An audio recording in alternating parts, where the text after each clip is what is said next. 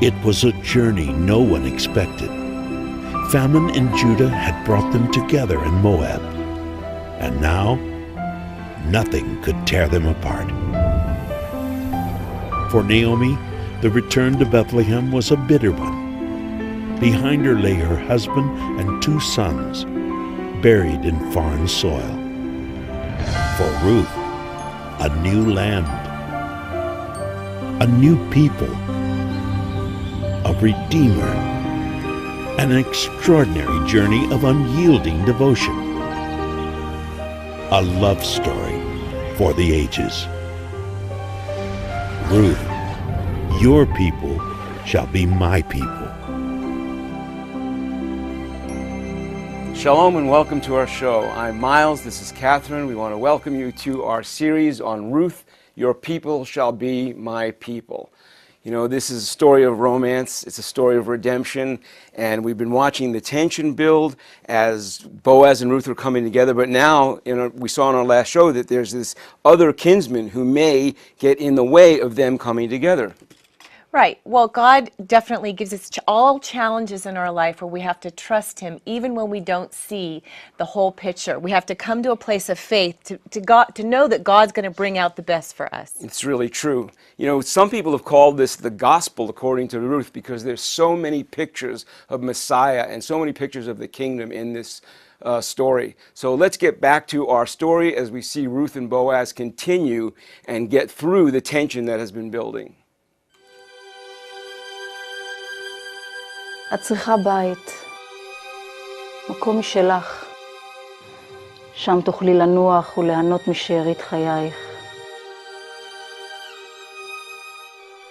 בועז יהיה הערב בגורן, אני רוצה שתפגשי אותו. אני רוצה שתלכי אל הגורן, שתקסימי אותו ביופייך, בריחך המתוק. אבל הישארי מכוסה עד שיסבע וירווה את צמאונו. כשישכב לנוח, קחי את הגלימה שלו ושכבי למרגלותיו. כל אשר תאמרי יעשה.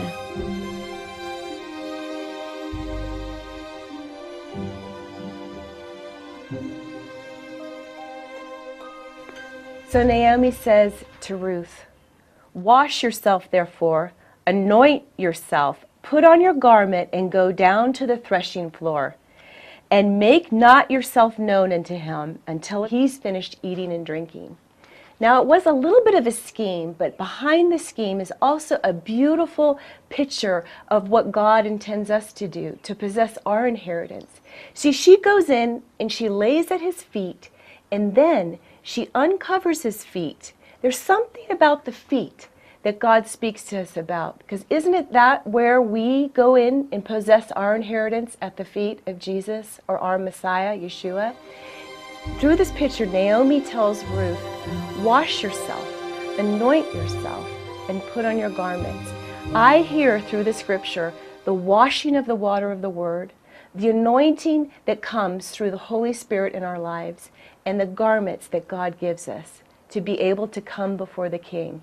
There's also a picture in the book of Esther of the same display of the inheritance that God wants for us, of getting ready to ask our King, our Redeemer, our Lord, what we need for our inheritance.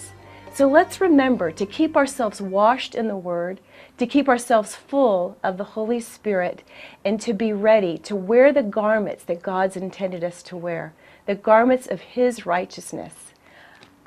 So it's not so schemy as you might think. There might be a beautiful parable that God is laying out for us here in the scripture. It's a parable of being ready to meet our Messiah. In Revelations it says, "Let us rejoice and be glad, for the marriage of the Lamb has come, and the bride has made herself ready." This is what God is desiring for us, to make ourselves ready for Him, to make ourselves ready for His return. So let us wash ourselves, let us be filled with the anointing, and let us have our garments ready to meet our King. And Ruth went down to the threshing floor and did as Naomi requested. Would this evening mark a turning point for Ruth and Naomi? Or would Boaz perceive it as an awkward scheme intended to manipulate him? Only time would tell. Only the Lord knew. In the evening, after Boaz had finished eating and drinking, he went down to the threshing floor with a merry heart. The barley and wheat season had been good to him. The threshing floor had brought forth grain in abundance. His workers had served him well. Even those who had gleaned among his fields had been thankful. This evening, Boaz was grateful to be counted among the many in Bethlehem who had been richly blessed by the Lord. Yes, on this night Boaz would sleep well. Ever faithful, his nearby fire would provide its warmth. Ever friendly, the harvest moon would provide its light. And ever present, the Lord would provide his tender mercy and care. Ruth could hear her own heartbeat. Naomi had often told her about the God of Abraham, Isaac, and Jacob, about the children of Israel and miracles in the desert. Surely this occasion had to be orchestrated by the same Lord God of Israel. And Ruth uncovered his feet, and there she rested.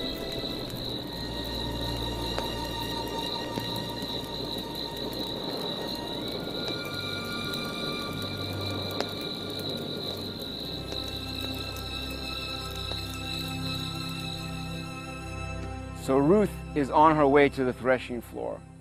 In following Naomi's instructions, it says in the scripture, Vatered Hagoren, she went down to the threshing floor. What is the threshing floor? It's really a place of separation. It's a place where that which is of the Lord is separated from that which is not. Can you imagine what a risk it was for her? It was the men that were sleeping here. They were guarding the grain that had come in. They had probably partied all night. It was the time that the short-term seasonal job of gathering in the grain has come to a close. And so there was a celebration. There was probably some partying going on. And there was a time of really guarding the grain to make sure no thieves would come and take it. So it was a very important time. Imagine for a young Moabitess woman to come to the threshing floor that was just culturally very difficult to do. And that's what I mean by a time of separation. Isn't our walk with Yeshua something like that? Where he calls us to do things that are sometimes culturally a little risky or unacceptable. And we can sort of define our closeness to him by how much we're willing to risk, how much we're willing to take the chance to do that which cross-grains, one might say, the cultural norms of the day. It's sometimes an odd thing to be a believer in a world where many people are not. You know, we've seen some demonstration here of the way that some of the grain was separated. There's the winnowing, there's the threshing.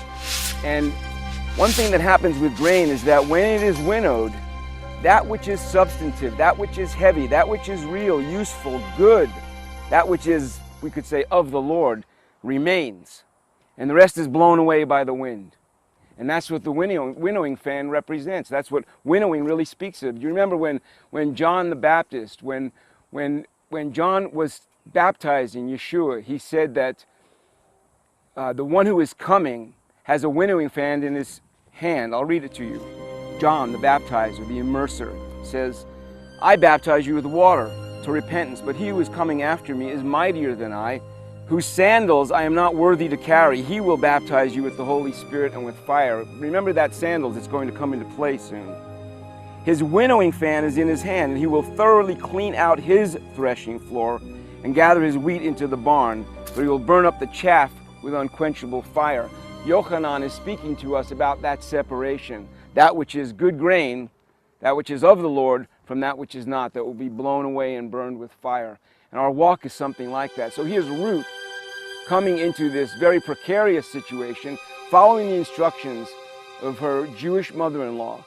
in order to place herself close to Boaz for purposes that we'll see unfold. This was not a one-night stand. This was not a superficial thing. This was not a sexual thing, an erotic thing. This was about covenant love. This was the beginning of a covenant love relationship that is a picture of our relationship with our Goel, with our guardian. You know, Goel, the kinsman, the guardian, the savior, is a spiritual word. There are other words for physical saving if you're drowning. It's a different word in Hebrew. But for your spiritual salvation, the word Goel is used, and that's who Boaz is to Ruth and to Naomi. He is the one who can spiritually save them, bring them into their inheritance, bring them into their destiny, their purpose in God. And it's an amazing risk that she's taking. It's really convicting to us as believers to take that risk as well, to follow him, to follow closely with Yeshua, to have the passion that he will recognize as those who can say, yes, I knew you, rather than those I did not know.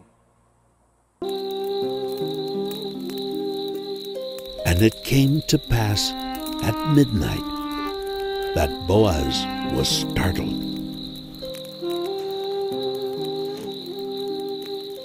מי את? אני רות, אמתך. אתה זוכר אותי?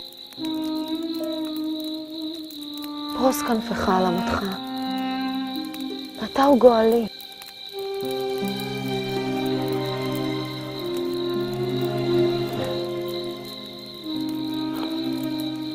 רות.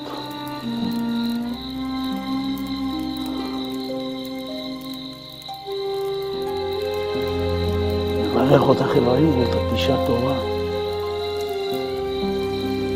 כל כך הרבה גברים צעירים ממני בבית לחם. לא הלכת אחריהם. עשירים או עניים. אשת חיל.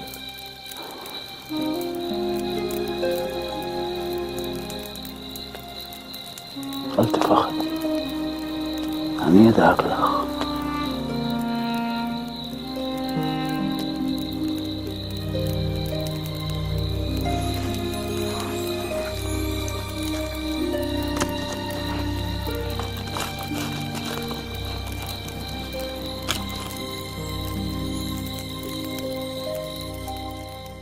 Harvest time, time of celebration. The grain is in, the season is coming to a close, and they're gathered to guard the grain, to be together, and to enjoy the fruit of their labors. Ruth comes to the threshing floor. It says in verse 8, it came to pass at midnight that the man was startled and turned over, and behold, a woman lay at his feet. And he said, who are you? And she answered, I am Ruth, your maidservant. Spread your skirt over your maidservant, for you are next of kin. In the Hebrew, ki goel ata, you are the next of kin, you're the kinsman, you're the redeemer, you are the one who can help us. And we have a certain relationship that is about to unfold before us. You know, this uncovering of the skirt is a very important concept in Hebrew thought and throughout the scriptures. God himself uses this concept in Ezekiel 16 verse 8. He says to Israel, I will spread my skirt over you. I will cover you with my authority. I will give to you my salvation, my ability, my strength, my power. That's the picture that's in the hem, the skirt, the fringes. We see it throughout Scripture as a picture of the authority of God, of the saving power of God. And that's what Ruth is now coming under as she comes to Boaz in the threshing floor and nestles up under the skirt, under the edge of his hem, of his garment. It's a very bold and yet very significant picture for us, especially as believers, that we are to walk so closely with our Savior that we're under the covering of his garment. Don't you remember that in Matthew 14:36, there's that incredible picture of the woman coming through the crowd just to touch the hem of Yeshua's garment. If she can touch the hem, if she can touch his authority, healing would flow to her. Same picture. God's picture over all of Israel, Yeshua's hem as a place of salvation or healing for the woman with the issue of blood. It's an amazing picture of what Ruth is coming into as she joins Boaz in the threshing floor. David was so touched by his boldness of maybe audacity, you might say. David was so touched by the audacity that he displayed in cutting the hem off of Saul's garment that he repented. In 1 Samuel 24, David repents because he touched the authority of the king, the kingly lineage. It was such a sacred thing. In ancient times, the hem would be used even for identifying yourself as a nobleman or as a king. They would take the hem of their garment and use it as an impression, a seal to say, this is from me, this is from one in authority. Very, very important picture for us throughout the verses of Scripture that show us that God wants to not only have us be aware of who He is, His authority, His power, His strength, but also to relate to it. We're supposed to walk so closely with our rabbi, with Yeshua, that the dust of the rabbi gets onto us. What a picture. And Ruth is doing that.